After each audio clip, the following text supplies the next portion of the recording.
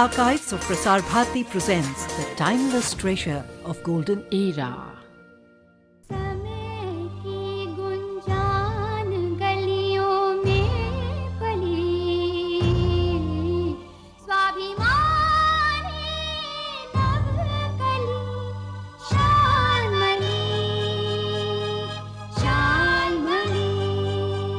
ससुराल में ये गम बढ़ा, पति था अहंकारी बड़ा, फिर भी धरे धीरज चली शालमली, शालमली। ज्ञान की सीढ़ी चढ़ी, मान की सीढ़ी चढ़ी, प्यार देकर पीव को अधिकार की सीढ़ी चढ़ी, मगर पति था तंग दिल, था न स्नेह के काबिल, भीतरी दूरी घटे, घर न उजड़े, इस फिक्र में तिल तिल जली शालमली। पिछले भाग में आपने देखा कि शालमली कामों में व्यस्त रहने के कारण कई महीनों बाद अपने माँ बाप से मिलने जाती है। अपनी सहेली सरोज से वो जानना चाहती है कि क्यों समाज में इकलौती बेटी माँ बाप की देखभाल नहीं कर सकती। शालमली से उसकी सास अपने बीते दिनों की यादें बांटती है। दूसरी ओर नरेश के बड़े भाई, भाभियों और बच्चे शालमली के घर रहने आते हैं। पूरा घर कोलाहल से भर उठता है, पर धीरज के साथ शालमली सभी के साथ हंसती बोलती है। पर उसकी तुनक मिजाज भाभी बिना वजह नाराज हो जाती है, जिस पर नरेश शालमली को खूब खरी खोटी सुनाता है, जिस पर उसे मां और बड़े भाई की डांट भी सुननी पड़ती है। एक दिन नरेश शालमली से कुछ पैसे मांगता है।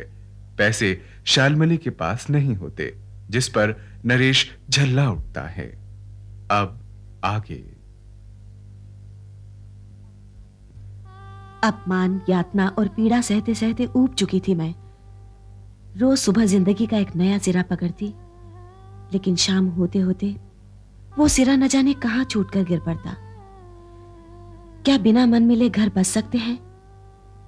एक दूसरे की इच्छाओं पर हम अपनी हठ और शक्ति का प्रतिबंध क्यों लगाते हैं?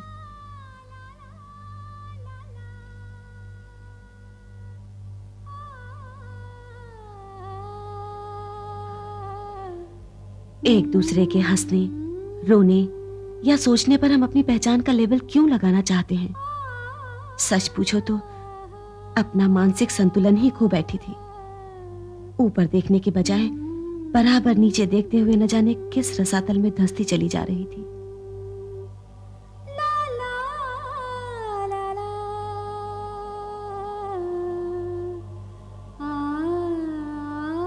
ऑफिस से घर और घर से ऑफिस, बस यही दिनचर्या रह गई थी। नरेश के दोनों भाई सब परिवार वापस जा चुके थे, लेकिन घर का नक्शा बदल चुका था।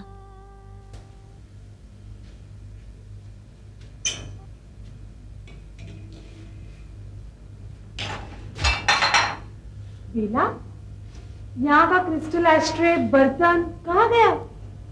सब चीनी मिट्टी की मूर्ति भी दिखाई नहीं दे रही। ऊपर आपके ड्रेसिंग टेबल पे सैंड, लिपस्टिक, पाउडर कुछ भी नहीं छोड़ा। ठीक है, जाने दो और लेंगे।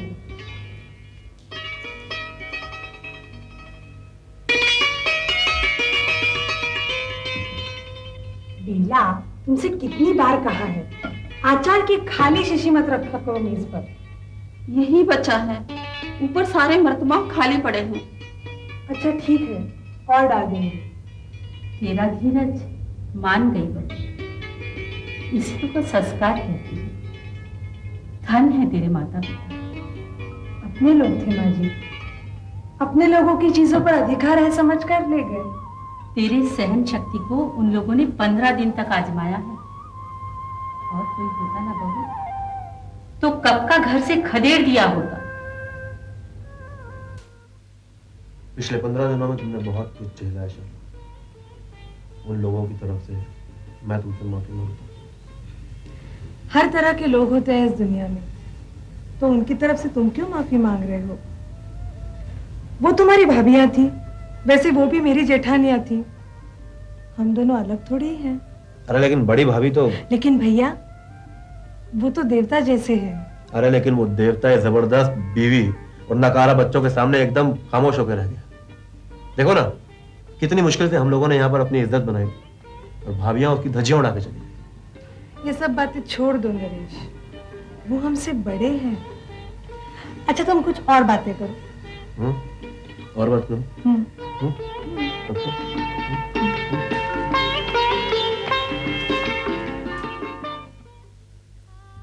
नरेश के व्यक्तित्व में ठहराव तनिक भी नहीं आया। वो कब, कहां, किस बात पर कैसे रिएक्ट करेगा कुछ समझ नहीं आता। पल में तोला, पल में माशा, और मैं उसकी इच्छाओं के आगे झुक जाती। सुनो, चॉकलेट खाओगी? नहीं, मैं चॉकलेट नहीं खाती। क्यों, लाए हो क्या? नहीं लाया तो नहीं हूँ, लेकिन फिर भी मैं तुम्हें चॉकलेट तो खिला ही सकता। नहीं, छोड़ दो। क्योंकि बीते हुए दिनों का कोई एक पल कुहासा चीरता हुआ आता और पाला मारे हुए मेरे जीवन में नए प्राण फूंक जाता।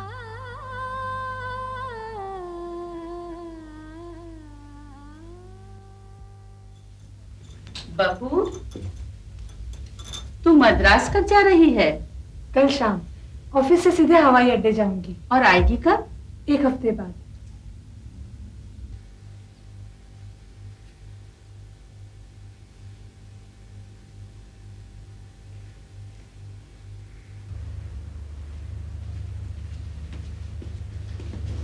स्टोर वाले ने बिल दिया है ये मेम साहब। चेक कर लिया? हाँ मेम साहब।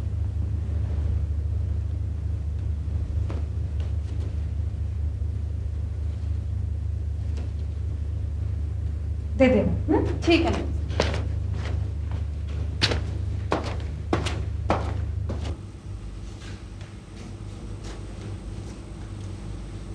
इस बार तुम्हारी सैलरी बैंक में नहीं आई क्या? आई थी, मैंने चेक कैश करा लिया। क्यों? मुझे तुम्हारे आगे बार बार हाथ फैलाना अच्छा नहीं लगता। वो तो ठीक है, मगर नौकरों की तनख्वाह, बिजली का बिल और कार की किस्त देने के बाद मेरी सैलरी तो खत्म हो गई। अभी तो पूरा महीना पड़ा हुआ है। तो क्या करूं मैं? मुझे थोड़े रुपए दे दो, महीना निकालना है। नहीं। नहीं? हाँ नहीं, नो। जब मर्द बन रही हो तो पूरा बोझ उठाओ। तो फिर तुम औरत बनकर मेरा हाथ बटाओ। सॉरी, मुझे औरत बनने का कोई शौक नहीं। तो मुझे मर्द बनने का शौक है क्या? शौक नहीं है तो फिर मर्दों की तरह शासन क्यों कर रही है? यहाँ कौन सा सिंहासन पड़ा हुआ है? कौन सा साम्राज्य फैला हुआ है जो मैं... कहना क्या चाहती हो तुम? हाँ? कुछ नहीं। तुम्हें हो क्या गया है नरेश? इस तरह उखड़े उखड़े क्यों हो? मैं कमाता हूँ शालू। कमाती तो मैं भी हूँ, और कुछ... बोलो। हाँ बोलो ना, बोलो बोलो कि तुम मुझसे ज्यादा कमाती हो, यही कहना चाहती हो, यही जताना चाहती हो कि तुम मुझसे हर हाल में बेहतर हो। ये सब तुम क्या कह रहे हो नरेश? ठीक कह रहा हूं, ठीक कह रहा हूं शालू। तुम्हारे ये ताने सुन सुनकर मेरे कान पक गए। मैं अपने गुजारे लायक कमा लेता हूं शालू, और तुम्हें घर बैठाकर खिला भी सकता हूं। मैंने इसे कब इनकार किया है? लेकिन मैं कभी इस तरह सोचती भी नहीं। नहीं सोचा ना? हाँ? नहीं सोचा ना? तो अब सोचो, सोचो शालू।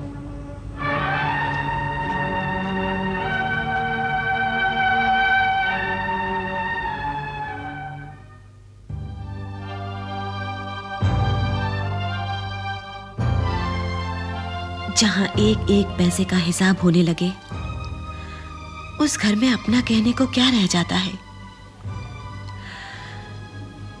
मेरी मां तो कमाती भी नहीं थी, लेकिन मेरे पिताजी ने उन्हें कभी कोई ऐसा शब्द नहीं कहा जो उन्हें अपमानित कर जाए, बल्कि मां ही उन्हें हमेशा खरी खोटी सुनाती थी। लेकिन उन्हीं माता पिता ने मुझे संस्कार दिए थे कि 7 फेरों के 7 वचन मैं मरते दम तक निभाऊं। हाँ, मुझे तो अपना कर्तव्य निभाना है ही। 11 बज गए नरेश। 11? आज तुम यहीं रुक जाते तो अच्छा था। नहीं, जाऊंगा।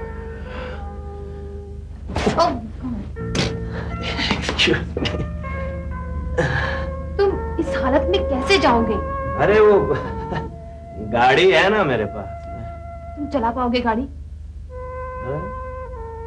तुम्हें क्या लग रहा है कि मुझे नशा हो गया? नहीं, फिर भी तुम रुक जाते तो अच्छा था। अरे वो माँ है ना घर पे, बीवी होती तो मैं डेफिनेटली रुक जाता। सबक सिखाता मैं उसे। क्या नफरत हो गई है मुझे उस औरत से। प्लीज नरेश, अपनी नफरत को काबू में रखो, नहीं तो जो मैं सपना देख रही हूँ वो मिट्टी में मिल जाएगा। प्लीज झगड़ो मत, मेरी खातिर उसे बर्दाश्त कर लो। बर्दाश्त ही तो कर रहा हूं अब तक। मेरी जगह कोई और मर्द होता तो कभी का धक्का मार के निकाल दिया होता उस औरत को। नरेश, मुझे एक वादा दो। वादा? तू क्या? बोल। तुम झगड़ा नहीं करोगे? ओके, कोशिश करूं। तो मैं भी एक वादा करती हूँ कि मैं अपनी तरफ से तुम्हें कभी भी कोई भी कमी महसूस नहीं होने दूंगी।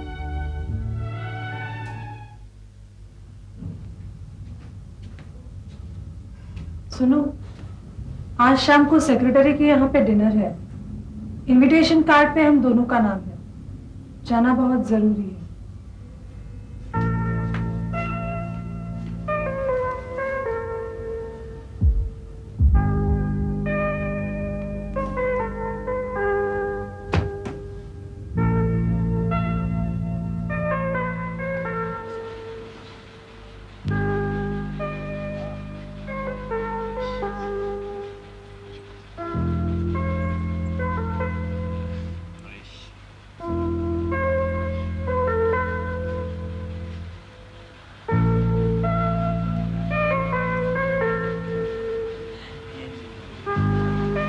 नरेश शाल्मिनी, मेरा मतलब है शाल्मिनी का हस्बैंड नरेश कुमार के मजे हो रहे हैं। बीवी की उंगली पकड़कर मंत्रियों का पहुंचा पकड़ रहा है। अरे यार, कुछ लोग ऐसे ही लकी होते हैं, बीवी का पहुंचा पकड़कर पता नहीं कहां कहां तक पहुंच जाते हैं।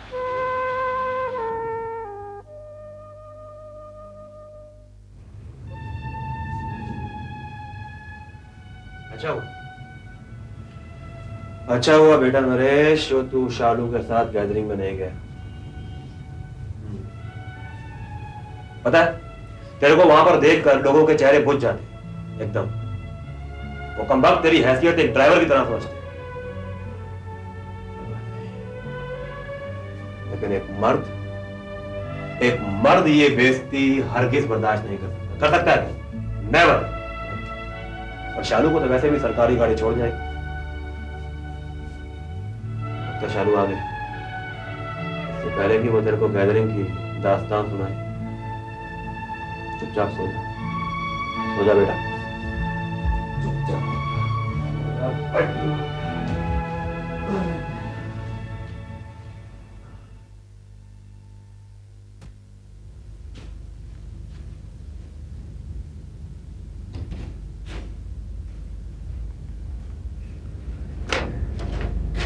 आ गई तो तू? हाँ। मैं सब चाय लाऊं? बढ़िया। माँ जी, हाँ, आपके हाथ थकते नहीं? बहुत सुख मिलता है बेटी। सुख तो आपके हाथों की बनाई ठंडाई पीने वाले को मिलता है। मुझे भी मिलता है, तेरे लिए हर काम करते समय। बाबू, तेरे कारण तो मेरा बुढ़ापा सुधर गया। बहू, बहुत दिनों से एक बात पूछना चाह रही थी। क्या माँ जी? नरेश हर शाम दफ्तर से आकर कहाँ चला जाता है? तू समझती है मुझे कुछ पता ही नहीं। मेरे आसपास क्या हो रहा है मुझे सब कुछ मालूम है बहू। ये मर्द जात है ना, ये औरत को चाहे माँ हो या बहन, बीबी हो या बेटी, सम्मान करना नहीं जानती।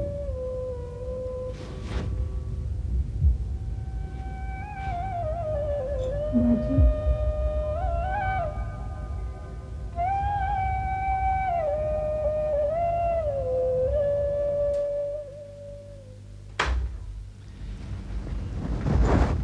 पापा। शालू, कैसी है बेटी? मैं ठीक हूँ, आप कैसे हैं? ठीक हूँ। कहीं जा रहे हैं? हाँ, सफदरजंग। तो ठहरिए, मैं आपको छोड़ देती हूँ। नहीं नहीं बेटी, तुझे ऑफिस पहुंचने में देर हो जाएगी और मेरा क्या है, मैं तो बस में चला जाऊंगा। पापा, आप मुझसे नाराज हैं जो ऐसी बातें कर रहे हैं? बात क्या है? कोई बात नहीं है, मैं चलता हूँ। हाँ, नहीं, आप मुझे पहले बताइए मुझसे गलती क्या हो गई है। माँ, माँ माँ घर में नहीं है। कहाँ गई है? Safdarjung hospital, ward number 3, bed number 12। अगर तुम्हें वक्त मिले तो देखा ना उसे। क्यों, नरेश ने नहीं बताया तुम? माँ को क्या हो गया है? तुम जाओगी तो खुद देख लेना। क्या नरेश ने वाकई तुम्हें नहीं बताया? नहीं, बताया था, लेकिन सारी गलती तो मेरी ही है।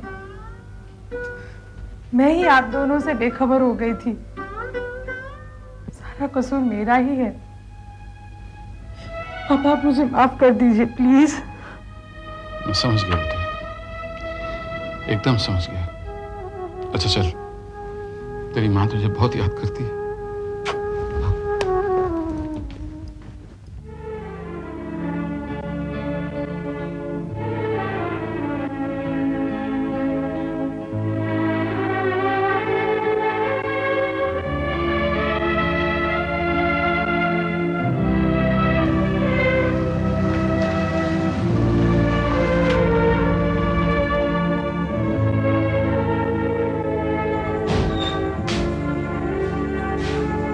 नरेश,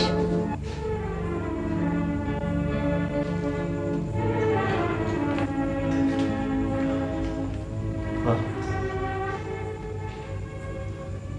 मैं तुमसे कुछ पूछना चाहती हूँ। लेकिन मैं बताना नहीं चाहता हूँ कि मैं कहाँ गया था, क्यों गया था और इतनी देर से क्यों आ रहा हूँ। मैंने ना कभी तुमसे कुछ पूछा है ना पूछना चाहूंगी। मैं सिर्फ इतना जानना चाहती हूँ कि जब मैं मद्रास गई हुई थी तो पिताजी का यहाँ फोन आया था? हाँ हाँ, आया था। वो कब लौट रही हो पूछ रहे थे। और माँ की बीमारी के बारे में उन्होंने कुछ भी नहीं कहा? हाँ, कह रहे थे कुछ तबीयत खराब है। तुमने उनसे पूछा नहीं क्या हुआ है? इसमें पूछना क्या था? कुछ हुआ होता तो वो खुद ही बता देते। क्यों, कुछ हुआ था क्या? हुआ था नहीं, हुआ है। और कुछ नहीं, कुछ ज्यादा ही हुआ है, जिसकी वजह से उन्हें अस्पताल में भर्ती करवाया गया था। अस्पताल में? हाँ, और वो आज भी वही है। माँ की बीमारी की खबर होते हुए भी तुमने उन्हें पूछा तक नहीं, उनकी खबर भी नहीं ली। नरेश, तुमने अपने आप को सिर्फ उनकी नजरों में गिराया ही नहीं है, बल्कि माँ बाप का अपनी बेटी पर जो भरोसा होता है वो भी छीन लिया है। नरेश, तुम इस हद तक गिर सकते हो, ये मैं कभी सोच भी नहीं सकती थी।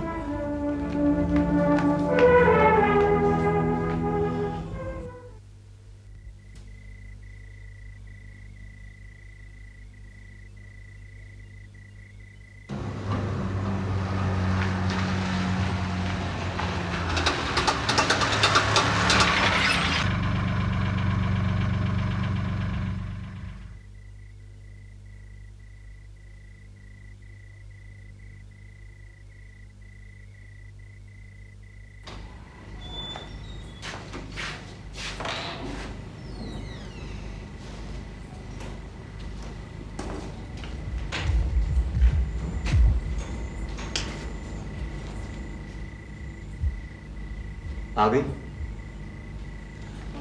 मैंने तुमसे एक सवाल किया है शालिनी। मुझे लगता है तुम्हें अपने सवाल का जवाब मिल गया है। अगर मैं तुम्हारी आंखों के सामने हूँ, इसका मतलब है मैं आ गई हूँ। हाँ, अगर तुम्हें अपनी मुझ पर भड़ास निकालनी होती तो तुम मुझे पूछते इतनी देर कहाँ थी, इतने देर से क्यों आ गई, तो मैं जवाब देती। तुम हर रोज देर से आते हो। मैंने तुमसे कभी बेतुका सवाल किया है? नहीं। लेकिन आज मैं तुमसे एक सवाल करना चाहती हूँ। क्या तुमने अपना जासूस मेरे पीछे छोड़ रखा है?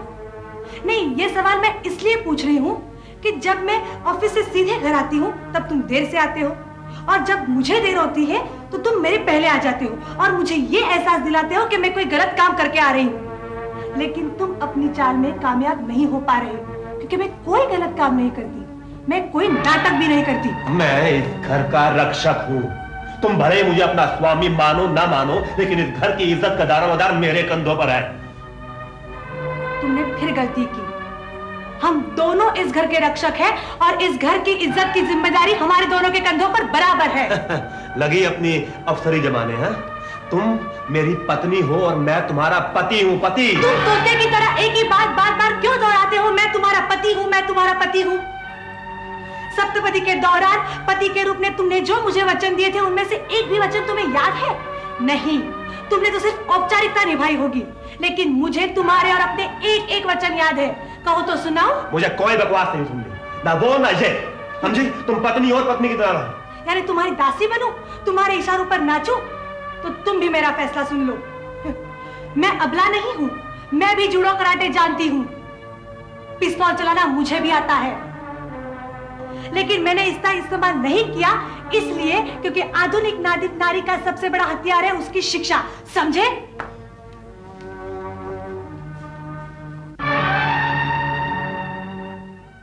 वाह शालमली वाह, सच बहुत अच्छा जवाब दिया तुमने नरेश को।